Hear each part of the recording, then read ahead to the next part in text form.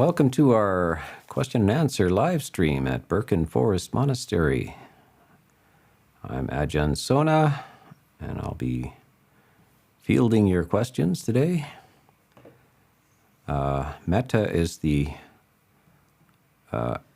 asker of the questions, and she's also operating all of the technology behind the scenes as well, all by herself, so we will see how it goes today. So let us begin with our first question, Mettā. Yes, Ajahn Sona. Our first question today is from the live chat, and it's from Echnoderm. Most respected Venerable, what advice or thoughts would you give to younger people, such as an 18-year-old, practicing the Dhamma and aspiring to the monkhood? Well, congratulations to begin with. 18 is a good age to be contemplating that. You can save yourself a lot of trouble if you can go into the robes. I think the most trouble, you'd save a lot if you went in at 10. So at 18, one can go off to become a novice. Usually in the tradition that I'm in at the moment, the Thai forest tradition, the usual arrangements are that you go to the monastery and request that you're interested in becoming a monk. And at first you'll stay as a layperson around the monastery and just be helping out, and you'll be following the precepts for lay people in the monastery. And then if everything is okay, and you want to go on, then you become an anagarika. You take white robes. The monastery will provide that. And you take 8 precepts. You're not asked to renounce your money or anything like this yet. It's a period of up to a year usually to see if you're suitable. And on both parts, does the community feel that you're compatible personality with the community? And do you think it's what you thought it was? We give you plenty of chances to change your mind, because how can you know what monastic life is like unless you have a trial period? So you get a nice trial period, but you still have options. You're not in the robes. You don't have to. If you leave the monastery, you don't have to disrobe formally. And then if the next stage is usually a period of novice, and if you're less than 20 years old, you'll need to be a novice. And that is, you give up the use of money at that stage. Celibacy is required for both of these stages.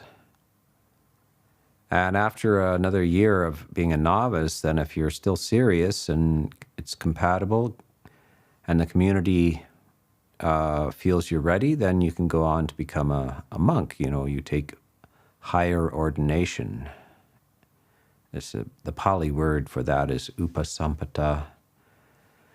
And then you would take the full ordination procedure, and you are now a bhikkhu, a fully ordained bhikkhu. And in Asian countries, it's very common for young men to come and be novices, even at the age of 12, 11. My own ordaining teacher was, I think, about 11 when he became a novice. Many in Asia that young. So in the West, it's also possible, I suppose, if you have your parents' permission. You need your parents' permission if you're less than 20 years old and so forth for this. And then you do 5 years of what's called dependency, and you would stay in the monastery with your teacher, training, and with the community. It's very nice to train with a group of peers. We have in the West now several monasteries that are training monasteries where you have a bunch of people of your age and approximate seniority, and you learn from them and they learn from you, and you all learn from more senior monks. And this goes on for 5 years, and at the end of 5 years, if you're mature and understand the rules of conduct for monks, then you gain independence. So you could be as young as 25 years old and have independence. At that time, you can travel. You can live apart from the community and your ordaining teacher. You have an ordinand teacher, like somebody who performs the ceremony, but then you have a personal teacher as well. And if you continue on, so you're now what's called a majjhima, or middle range monk, until 10 years in the robes. Then you become an elder, a thera. And then, in fact, you can teach other monks. You can give ordination to novices and monks. Ordination, by the way, requires a quorum of monks. In the West, a minimum of 5 monks. In the middle country, India, it's or actually in any country where they have lots of monks, then a quorum of 10 or even 20 will perform the ordination. The more the merrier, but in areas where there aren't that many bhikkhus, as little as 5 monks can perform the ordination. And then you would continue on up to 20 reigns. When you're at 20 reigns, or 20 years, you are now a maha thera. So maha means great, or grand. Thera means elder. You could be as young as 40 years old by the time you become a 20 reign monk, and then you have that's the maximum requirement for certain services to the Sangha. After that, there are no official titles. There are, at least from the time of the Buddha. Now this is my 35th year. I'm coming up into the 35 rainy seasons. And there's no new titles. So that's the procedure. It's a beautiful, if you're suitable for it, it's a beautiful life. It's a remarkable institution. If you're of the spiritual type and you want to withdraw from the normal social values that people have, then it's an amazing alternative lifestyle. Fantastic invention of the Buddha. Of course, they have monastic orders in the West as well, the Christian orders and so forth. So obviously humans, at least this kind of structured order of monastics was not around before the Buddha 2,500 years ago. And in the West, the Christians came across it as well. Some religions don't have the notion of monastic orders, but some do. And pre the 5th century BC, nobody seemed to have this idea. In some societies, the idea of solitude or seclusion or the celibate life was literally forbidden because high demand for increasing the population of your tribe or your village, whatever. The idea of withdrawing from that was just not understood. But now it flourishes still, especially Theravada Buddhism flourishes in Asia. It's found dominantly in Thailand, Burma, Sri Lanka, Cambodia, Laos, a little bit in Vietnam as well, and in a small way in India. Strangely enough, it has primarily left the homeland. in some ways, like Christianity has left Israel, the homeland of Jesus, and it's dominant in other countries, so it's international. Buddhism is international and cosmopolitan. It's, as a monk, in a sense, you're a citizen of the world, the entire world. You're not just in a particular nation or race or anything like that. So your concern is for all, not just all humans, but all living beings. You identify and sympathize, empathize, and have compassion, goodwill for all beings. And it's a retraining of the mind. It's just not like normal values.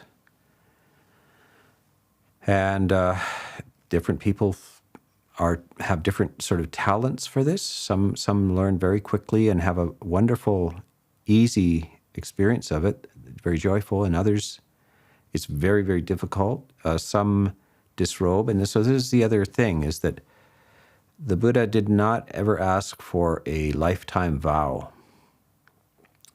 What he asked for is, if you want to do this, a serious commitment. Even there will be days when you're unsure of it and so forth, but a serious determination to carry on.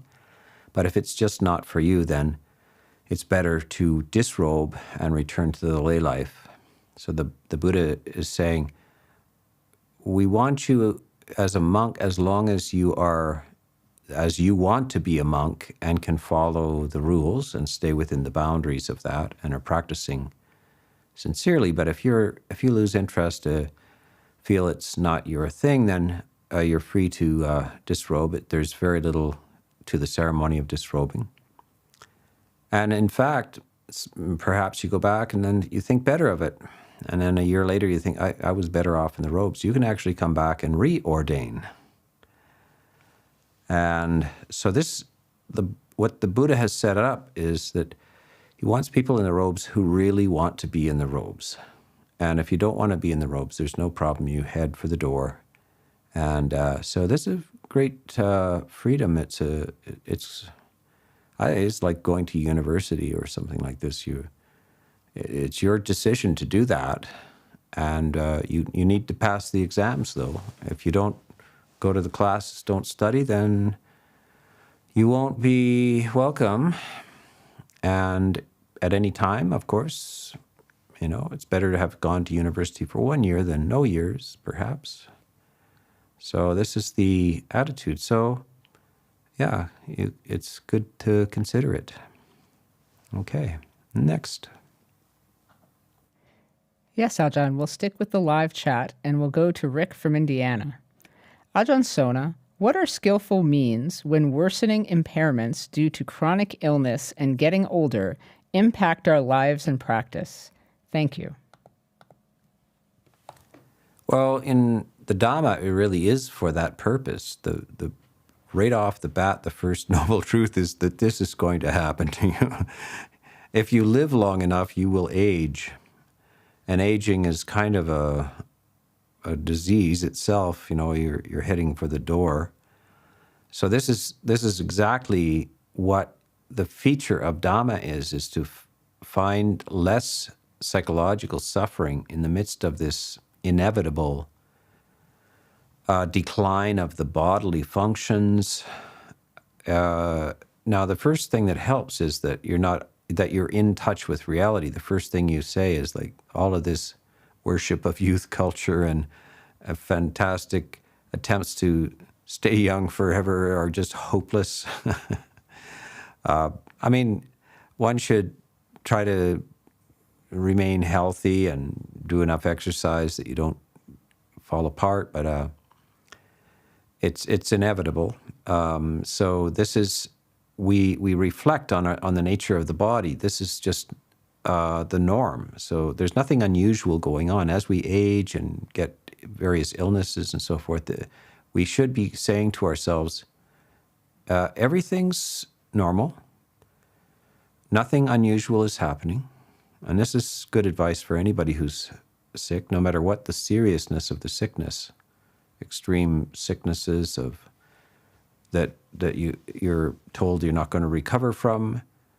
What you should be saying is, everything's normal, everything's ordinary, no news here. This is the nature of having a body. We don't know what our body will do. And so we're in touch with that truth. So we really embrace the truth. And then we free our mind. So there's a beautiful saying in the Dhammapada, know that the body is a fragile jar and make a castle of your mind. So this is what you need to do, is detach your sense of well-being from the state of your body. And this will lighten up your whole experience. You'll realize, oh, yeah, of course I'm sick. I'm going downhill here. No problem. No problem. Don't make it a problem. Yeah. Okay, so let's go to the next question. Yes, Ajahn. The next question is from Jotika from Elmshorn, Germany. During the Seven Factors of Enlightenment retreat, you mentioned that moving from a high sensory world to a low sensory world can cause difficulties. Going from a low sensory world into a high sensory world can sometimes also be very challenging, especially after a retreat. Any advice on how to deal with such a situation? Yeah, this is what you, once you enter the spiritual world, especially the Buddhist spiritual world, you will see this presents you with two situations, and you see the lifestyle of the monks. So that's the ideal lifestyle, and it's a low sensory lifestyle, a withdrawal from strong stimulus of the senses, and it's for a purpose. You can come to a new level of experience, internal experience, emotional experience, mental experience, when you have a low sensory environment. So I think especially in modern times with these retreats that we gave, I just gave a 2-week retreat here at the monastery, and it was a silent retreat. So a group of, a total of 28 people came and spent, each group spent a week in silence and in meditation, no outward stimulation, moderation in food, the absence of a meal in the evening, in nature, far from the sounds of the city, no music, no entertainment, no conversation except a regular Dhamma talk. So even after a week, your mind settles down. But usually I advise people that the first 3 days that the withdrawal from your normal stimulus or overstimulated experience is, you might in fact become sleepy or drowsy. So what we try to do is you try to keep up your energy and joy at the first 3 days. And then by that time, your mind may have settled, and then you go into more serene states. And then, of course, the re-entry into society, so that there's a resistance by the mind from descending from the noisy, chaotic, overstimulated state to the quiet state. And we go through, you heard about this in the Seven Factors of Enlightenment retreat. So we take a few days to go through that descent into this more serene condition. And that's the advice. It's like stay in the more active side of the Seven Factors of Enlightenment for a period of time until your mind is becoming more used to the low sensory experience. Now, when you go back into the higher sensory experience, what we advise you is to not just simply pay attention, get back into the mindset of investing heavily in a critical attitude so there's two things that are going to disturb this serenity. One is finding fault in sights, sounds, smells, taste, touches, and ideas. And the other one is finding desire in sights, sounds, smells, taste, touches, and ideas. So these are called the sign of the ugly and the sign of the beautiful. So when we are criticizing the world, criticizing sights and sounds and smells and tastes, we develop ill will, and that disturbs our mind, serenity. And when we are craving and wanting, that also that desire for what you consider as the beautiful or the desirable also disturbs your mind. And so monks, for instance, have to stay in they stay in a monastery, a low sensory environment. They're meditating all the time, but they have to go on alms round to the nearest village to get food. So the Buddha sets it up this way. And so certainly when I was in Thailand, we went every single day through the nearest village. And that place is, it's bustling with various things. The Buddha advises the monks, keep your eyes down when you hear sounds, like there may be music playing, whatever. Don't invest in it. Don't criticize it, and don't enjoy it. It's just sounds in the air. Sights, sounds, smells, taste, touches, perhaps. Do not invest either in the sign of the repulsive or the fault, the sign of the fault, or in the sign of the attractive. And you'll come back to the monastery with your peace intact. As a layperson, you're going to have greater difficulty with that because you're plunged in and you have to deal with so much all day long. So this is the less fortunate situation of the lay life for the developing of these deep stillness and serenity. But if you want to maintain it, then you have to simplify your life, you have to withdraw, you have to find situations that are not overstimulated, and that's the only way you can maintain these positive states that you get into. But all my sympathy for you, because as a lay person, I know what that's like, going through the descent into peace, and then finding yourself out on the other side, all overstimulated and losing the sense of peace. So this is, I have this conversation 1,000 times. When people are leaving the monastery, quite often they say, how do I keep my peace? And the usual advice I give is, you won't lose it because of trees or the sky or even traffic, but it's usually people. People are the strongest stimulus. And guess which people? Your relatives and those who are closest to you. It won't be strangers. It'll be those who are closest to you that are most problematic for the maintenance of your serene well-being and peace. So you have to be a little bit distant and choosing as much as you can, but it's not an easy world to do that in. So that's the advice. Yes, Ajahn. Let's go back to the live chat from a question from Sumina from Whitecourt, Alberta, Canada. Ajahn, what are your thoughts on the Christian friends as well as better understanding other worldviews? Well, it's not a bad thing to do. You can see I have a few dialogue type exchanges on my YouTube thing, one with an Orthodox rabbi, and if you're coming to it with genuine well-wishing for others, and see, certain religions come to this conversation as a conversion type of conversation. Buddhism doesn't.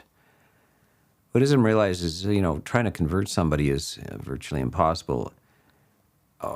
If they're interested in Dhamma, then you can offer what you have to share, but you really can't aggressively change somebody's mind. people who are interested or open to persuasion can be persuaded, but that's the only way. And so if the person on the other side of the conversation is open-minded, then it's worth it, but not... So occasionally, like missionary-type Christians, evangelical Christians show up even at monasteries and want to talk about the good news and so forth. I don't sit down and have a conversation with them. If they're showing up and knocking on my door and trying to convert me to Christianity, I just tell them to hit the road and don't come back, Jack. It's pretty blunt conversation. I feel it's not compassionate or kind to them to pretend to be interested or anything about it, because I'm not. I'm fully aware of what Jesus said in the New Testament. I've read the whole thing, the whole Bible from cover to cover. I know and I know the various sects and opinions of them. I don't need them to tell me these things. So I asked them not to come here again, and I'm not going to have a conversation. Thank you very much. So if I am, and I've been invited to Christian churches to give talks, and I do accept some of those. Unitarian Church, and I've given talks at the United Church and the Anglican groups and so forth. They're interested, and I think that knowledge of some of the Buddhist teachings would help Christians very much. I'm not interested in converting any of them. Like trying to convert somebody, or even converting, even on your own initiative, can be very problematic, especially to, say, an Eastern religion like Buddhism. It can cause side effects in the West, in a Western mind. It's just a whole new way of looking at the world. It can upset you, and it may not be, unless you have support and a group and to help you manage this. It's a difficult thing, and it may not be the best thing to do. If you're getting along fine with Christianity and so forth, it might be best to just stay with that, because the psychic disturbance of changing the views to something outside of the normal culture can be problematic. But as for open-minded study of these things, it's very interesting. I've read all of the different religious philosophy and philosophers. I like the Greek philosophers and some of the Christian philosophers and so forth. They have interesting ideas and sometimes very admirable moral notions and so forth. So it can be an education. For people in coming to the monastery, I don't encourage them to take a world religion course at the monastery. Here is the time to get some depth in what we're doing here, Theravada Buddhism. But in no way do I forbid anybody from learning anything. Monks are not in a position to be telling lay people what to do. I don't tell lay people what to do. So, but I offer, if they want education in this, so people who are tuning into this YouTube live stream are looking for some sort of more depth of discussion in terms of Theravada Buddhism. And that's what I'm offering. But notice it's how voluntary it is. It's very nice. You tune in, you tune out. It's there years later even, and you can access it whenever you want. And you notice that sometimes in the questions and answers, I bring in other philosophical views and other religious views to compare and contrast as well. Yeah. Okay. Mettā. The next question is from Alex from the live chat. Dear Ajahn, I was wondering whether sending metta to loved ones leads to creating more attachment to them. Moreover, does having very ecstatic metta sessions lead to becoming addicted?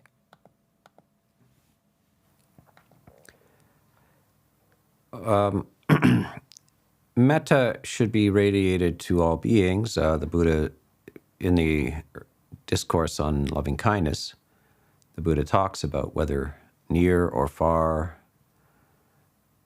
large, middling, small, born or to be born. So, and even beings in the womb, you're radiating metta to unborn babies and people, and of course into other dimensions as well. Wherever living beings are, may they be well, may they be safe, and so that includes your family and friends, etc. So there's no warning against that. In the later commentaries, though, they do say there is a certain metta practiced for one, like a romantic partner, can turn into more romantic feeling than friendly feeling. So they give a warning. This is in the Visuddhimagga, the commentaries. It is not, the Buddha doesn't talk about this, but the commentaries say, well, what if somebody has just departed, you've lost somebody, and you're practicing loving kindness for them, that may turn into a sense of grief and loss. So you can set that aside until you're ready. If it turns into grief and loss, then it's not, you've lost your metta. Metta is a joyful, positive emotion. And if it's to a romantic partner, romantic interest, so you might have never met this person, but they've caught your eye somehow and you're infatuated with them. So you start practicing metta for them, but then it turns into lust, really. So it's better not to do that. But if you practice metta properly, all categories of beings can be included in that. But if you notice that it's slipping into something else, then obviously the metta, the loving kindness, has failed, and you've gone into another kind of emotional structure. So that's the general advice about that. As far as getting ecstatic in metta and worrying about it being addictive, I encourage you to keep going. Like, stay in metta try to stay in there almost indefinitely. It's not an addiction. It's a positive. It's like saying, I'm addicted to being healthy. No, stay healthy. Metta is health. It is mental health. It has all kinds of positive benefits. You sleep well, you wake well, you have no bad dreams. Other beings appreciate you. You are protected because you don't generate aggressive or negative emotions. It's easy for you to enter into deep states of concentration. Your mind is in a very, very optimally healthy state, so that's not an addiction. That's just good. Okay, next. The next question is from Upasaka Karuna in Denmark. Reading about right view in the suttas, we hear, there is mother and father, and you have so brilliantly addressed that in previous talks. But are there obligations for a father and a mother towards their adult children and grandchildren? Or is it okay to seek separation in order to selfishly practice the Buddhist path? Well, separation, like, think about the Buddha himself. He left his family on the night of the birth of his first child. He also left his parents as well. And it wasn't because going off to practice Dhamma is not a selfish thing. It's a lack of selfishness. It's just a higher calling. It's a higher demand. Especially when your children are growing up and can take care of themselves, then I think it's really a very good use of one's time. People will make all kinds of demands on you just for their own satisfaction. So they want you around, they like you to have them over for dinner, and they're comfortable, but that's not necessarily in your interest. And you can't just resign all of your interests to their interests, especially when they're growing up. When they're young children, they take a lot of care and concern. And if you're going to be in the family, then you have to take those responsibilities. But once you get to where they're growing up, then it's a wonderful thing to keep growing in the Dhamma. And that requires seclusion sometimes, and a removal from the family situation and the socializing and this and that. And perhaps eventually those adult children will come to appreciate it, and they themselves may take up the practice, seeing that it's been valuable for you. So it's a valuable thing. It's almost like going back to university at a certain age. People, this is what started to happen back in the 50s and 60s, people who hadn't had an opportunity to become educated, when they were 40 years old, they went back to university, and it was a very enriching experience. But they had to study, and they had to leave. They couldn't be hanging around just socializing. So this is a growth experience, a development of one's education and the value. So it's very important. It's not selfish. It's very important. Okay. Yes, Ajahn. The next question is from the live chat from Mr. Math. How can I regularly meditate without expecting a future benefit? I always get drowsy when I try to practice breath meditation, and I feel discouraged. Well, I just switch off from breath meditation. That's a very refined and it requires a lot of joy and energy before you start, because coming from stimulation to the breath is a very hard transition. So you want more discursive types of meditation first. So there are 5 subjects you can reflect on. So I am of the nature to become ill. Beyond that, I'm going to die. I haven't gone beyond that. All that I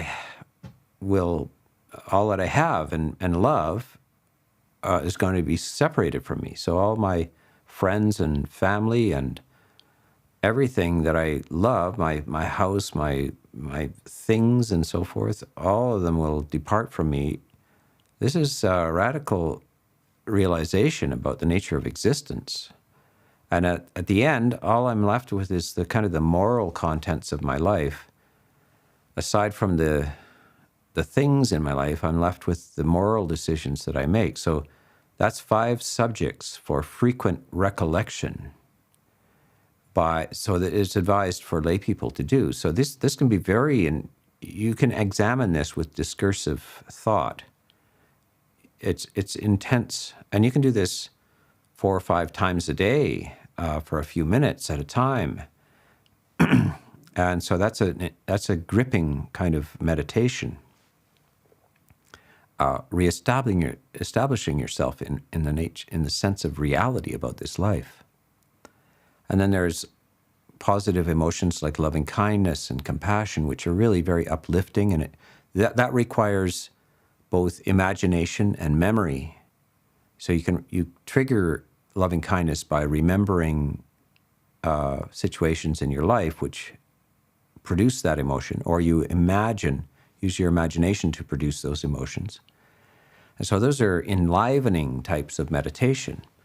You can also do a walking meditation. So you can do this, you don't have to be sitting watching your breath. This is just, if you can do it occasionally, if you feel energized, joyful, and awake, then you can try the breath thing. But there's no point in doing it if you're feeling dull. You should go to a more stimulating type of meditation. So that's, I'm glad you asked, because people think they're they have to do breath meditation, but there's prerequisites for it, in order to appreciate it. It's a classical music concert. If you haven't been introduced to that, you go there, it just become drowsy. But if you understand it, if you're educated in it, then it's really interesting, uplifting, beautiful. But if not, then it's not as exciting and so forth as one is used to. So you nod off at the concert. And breath meditation is the ultimately serene classical concert, really. One note, the breath. Yes. Okay. The next question is from Johning from Surrey, United Kingdom. Greetings, Ajahn. Is craving for non-existence, vibhava tanha, essentially a craving for existence, namely the craving for the existence of non-existence? Is a wiser approach to practice for the non-arising of becoming, bhava nirodha? Your guidance, please. Yeah, good question. These, for the general audience, I just want to talk more extensively about this. So the Buddha is way ahead of his time in terms of psychology. He talks about basic drives in humans, basic sort of thirsts and attitudes. One of them is the desire to continue to exist, the strong desire for survival. And that's called bhava, tanha. So bhava can be translated as being, or existing, or becoming. And that's pretty obvious to most people. Most people want to stay alive, but there's this curious phenomenon in human, every now and then somebody just jumps off a balcony or a bridge or overdoses on something. It's confusing. Like, what? I mean, life is precious. What were they thinking? Why would they do that? Why would they terminate their life? But it's so pervasive and quite frequent that we say that there is in human consciousness, you can convert from the desire for existence to the desire for non-existence. And you attempt to accomplish your goal to not exist. The third drive is just the thirst for sensory experience. So, and that's very common, of course, everybody looking for nice sights, interesting sights, something that grips you, sights and sounds, smells, tastes, touches, new ideas. So sights could be art or touring of a new city or going to the country and enjoying the views or all kinds of, and then sounds of music and people's voices and talking and the sound of nature, all kinds of beautiful sounds, interesting sounds, smells, tastes, touches. Of course, you can think of all yourself what you pursue. So this is very natural.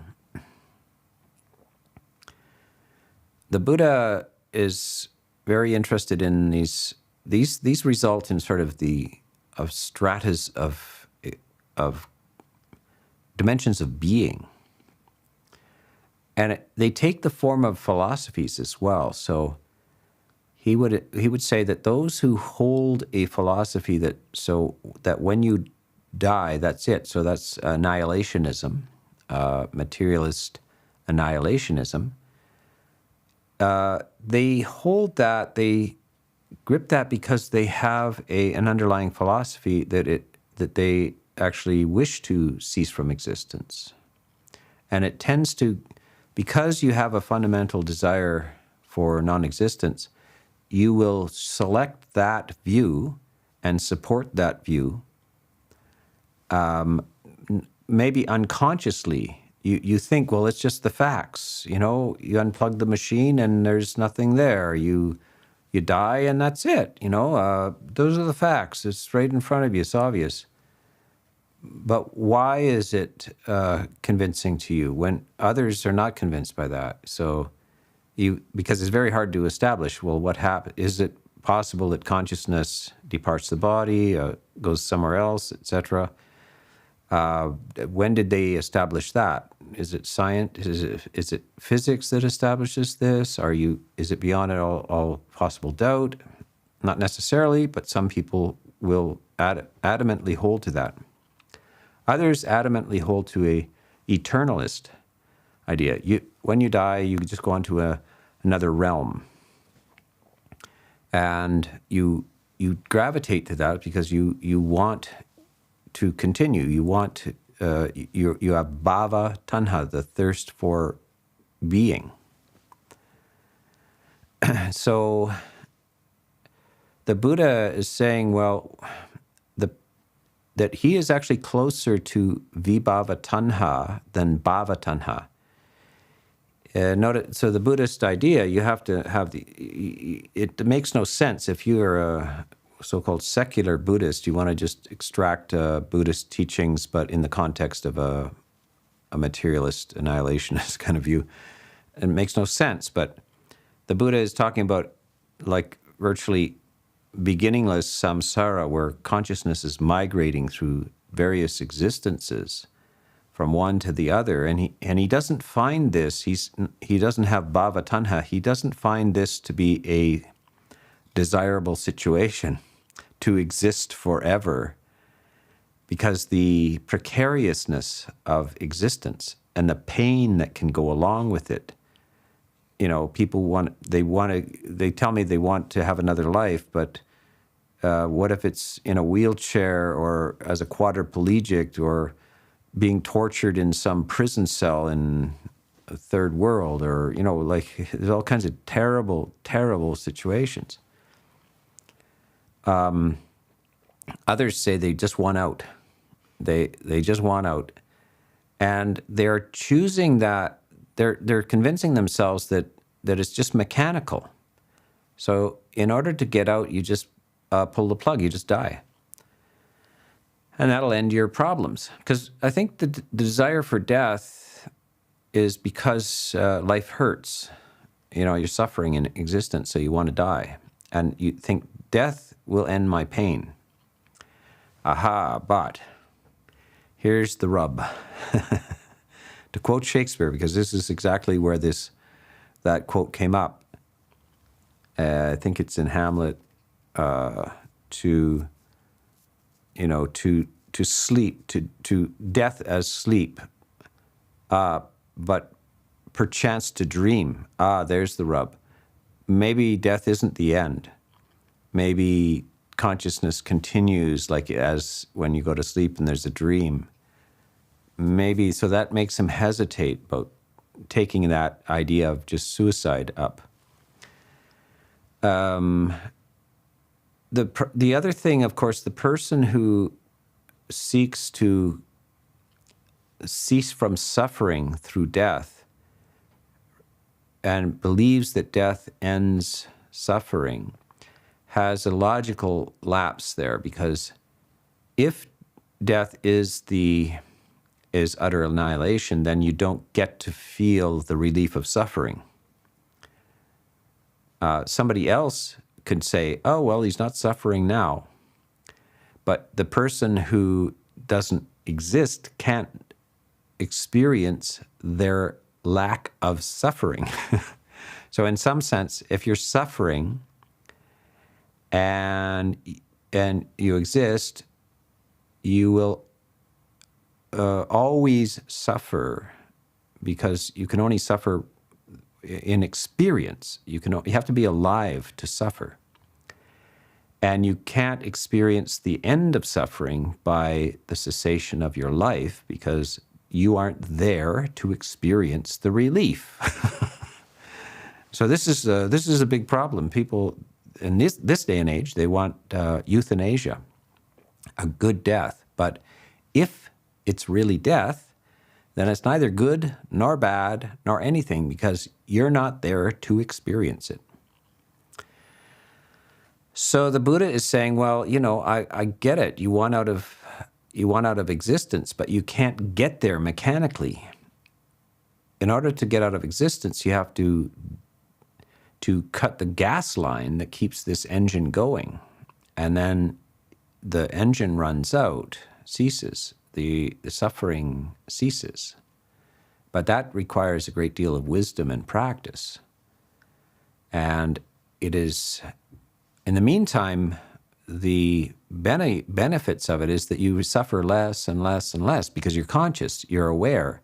And it's because of your awareness and wisdom that you suffer less and less and less. And before that final death of parinibbana, you are free from all psychological distress and suffering. So that's the difference there. So this is a fairly deep subject. I probably should spend a whole talk on this sometime, yeah. Live chat from Terry. Ajahn Sona, my mom and I often visit the monks to offer necessities to the Sangha. It is very rewarding and helps to bring us peace. Why do we feel happiness when we are generous? That's beautiful to hear. And it's really important that the general message gets out there. One way to feel happy is by giving things away, sharing things. Of course, just being forced to share things is not generosity. So you don't get any, you don't feel good if somebody just takes your stuff and gives it to somebody else, right? But if you decide that you would like to share your stuff, then generosity is your reward. The feeling of, what is the reward of generosity? Generosity is its own reward. The feeling is beautiful. It's infused in a sense with love, for your fellow beings. People just love to feed their cat and their dog. I mean, kids do it too. So this is the primary virtue. It's a virtue because it's good. It makes you feel good.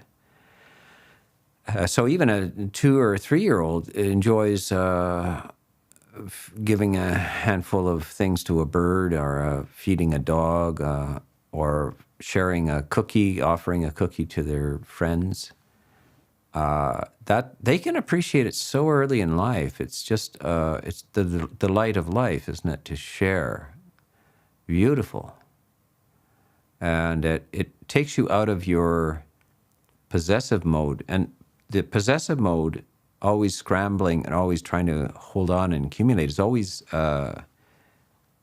it's never a pleasant experience. It's always a sense of danger, grasping. It is not fulfilling.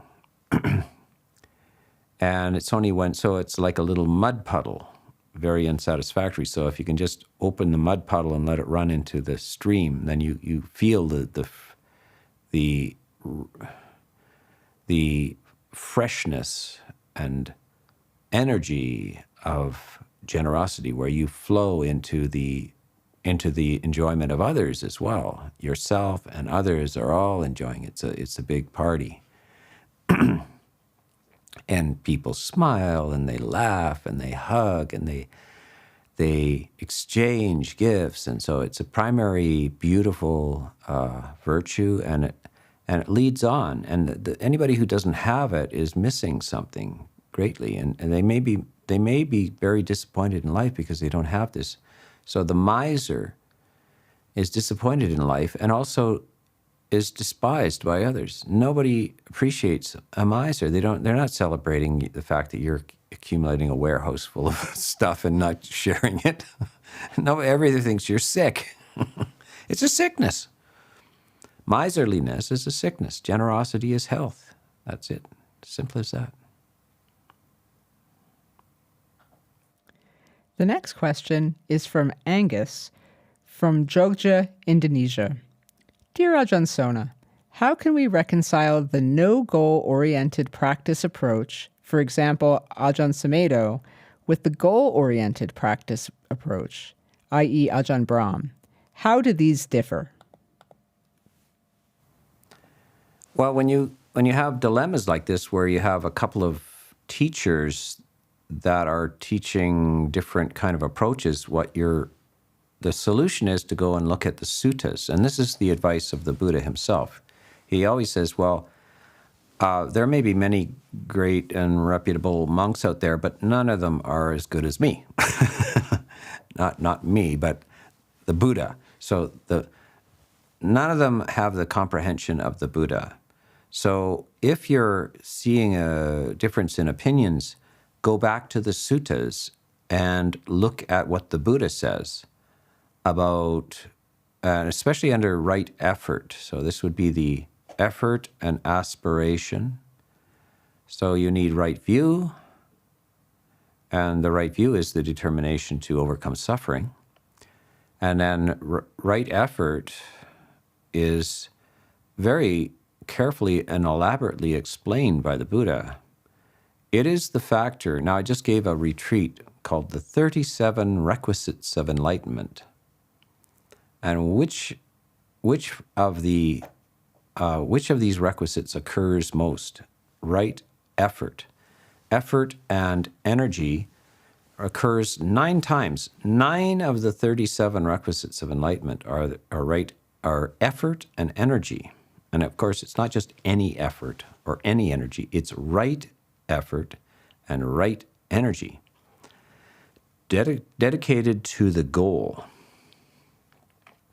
at the service of the goal, at the service of the right view. So I gave, I think, how many talks? 10, 12 talks on right effort? 11 talks on right effort.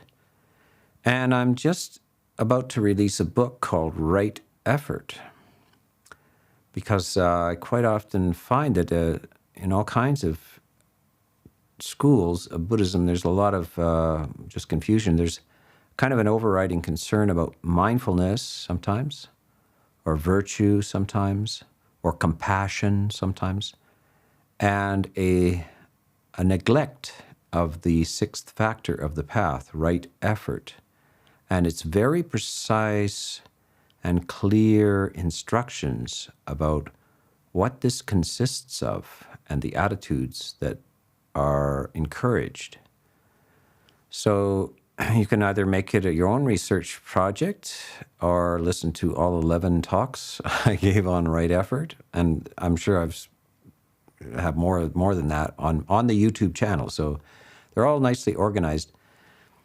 Don't just type in Ajahn Sona, type in Ajahn Sona channel, and then all of the videos are there, and they're organized in various ways. So you just go to the right effort and you listen to every talk on right effort. And I that's probably 8 or 10 hours of talking about right effort. And a book which should come out in a month or two, available on Amazon. And I make these available on Amazon because so anybody can get, anywhere in the world can get a hold of these things. If I publish this thing and try to manufacture it myself, it's going to stay here, for 12 people are going to read it in a monastery. But if I put it out there on Amazon, then anybody can get access to this information. And that's the same reason why I do this YouTube thing. Is like it's all free and available to anybody, so that you can get access to it. So that I will leave for today, our Q&A, and we plan to be back next week as well in our continuing Q&A. I want to just say that I just finished a 2-week retreat on the 37 Requisites of Enlightenment, and I gave 12 full talks on that and answered questions as well on our Q&A. And those were very well filmed and recorded, and are just probably in the editing stage at the moment. And so stay tuned for their release. They may not suddenly come out all at once, but over perhaps one a week or something like that, they will be released. So if you're interested in this very large collection called the 37 Requisites of Enlightenment, stay tuned on this channel for their systematic release over the summer, probably. Yeah. Okay, that's it for today.